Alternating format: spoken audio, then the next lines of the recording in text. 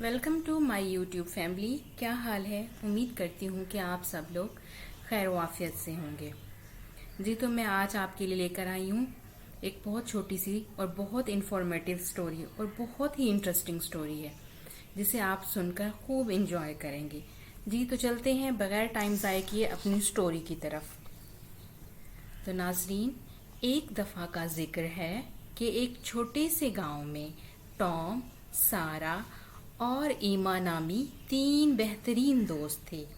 وہ ہمیشہ ساتھ رہتے تھے اور جنگلوں کی تلاش کرتے تھے، کھیل کھیلتے اور مہم جوئی کرتے.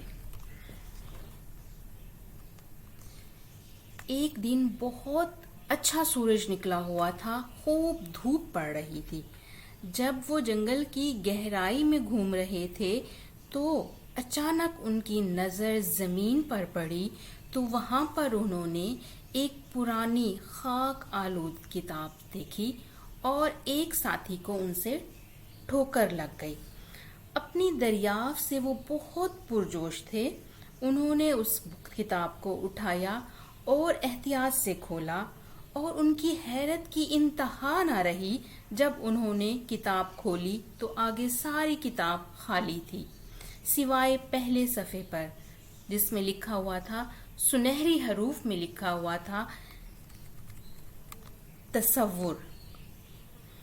وہ سارے دوست بہت متجسس ہوئے اور اسی تجسس میں انہوں نے ایک دوسرے کا ہاتھ پکڑا اور آنکھیں بند کر لی اور انہوں نے لفظ تخیل کا نعرہ لگایا اور اچانک اپنے آپ کو ایک جادوئی زمین پر پہنچا دیا جہاں ان کو تصور کیا گیا تھا اور وہاں پر وہ سب کچھ جس چیز کا انہوں نے تصور کیا تھا وہ زندہ اور موجود تھا. سب سے پہلے سارا نے کیا دیکھا؟ سارا نے دیکھا کہ ایک جادوئی قلعہ ہے اور وہ اس کا دیکھنا چاہتی ہے، اس کا دورہ کرنا چاہتی ہے.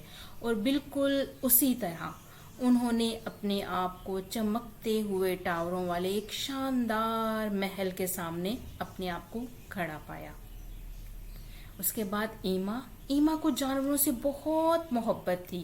وہ بہت لونگ اینڈ کیئرنگ تھی.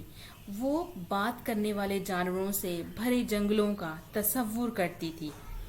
الو ایک شرارتی پرندہ، گلہری اور جب وہ سرسبز شاداب جنگل میں داخل ہوئے تو ان کا سامنا ایک دوست لومڑی سے ہوا جو ان کی جادوئی سفر میں ان کا ساتھی بن گئی.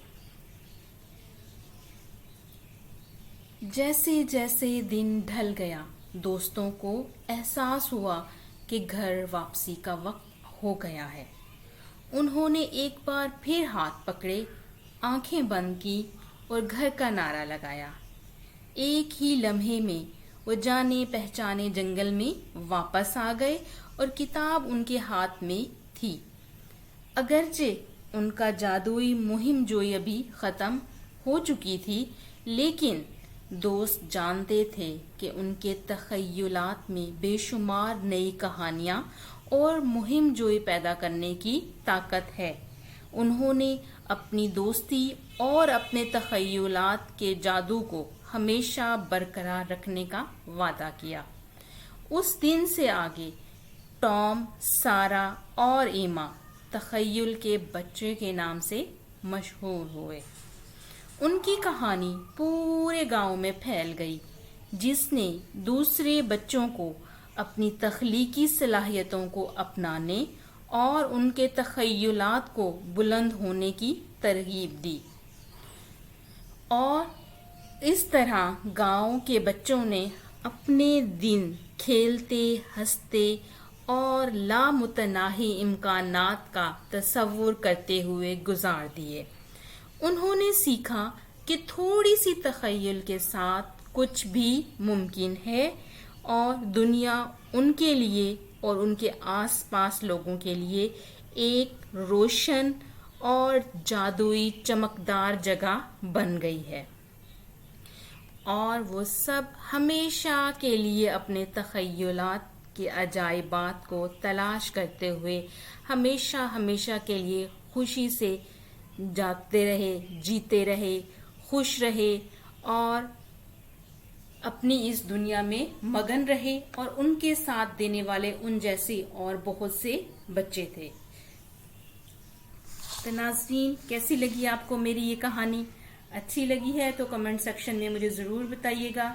اسما منصور کو دیجیے اجازت، اللہ حافظ۔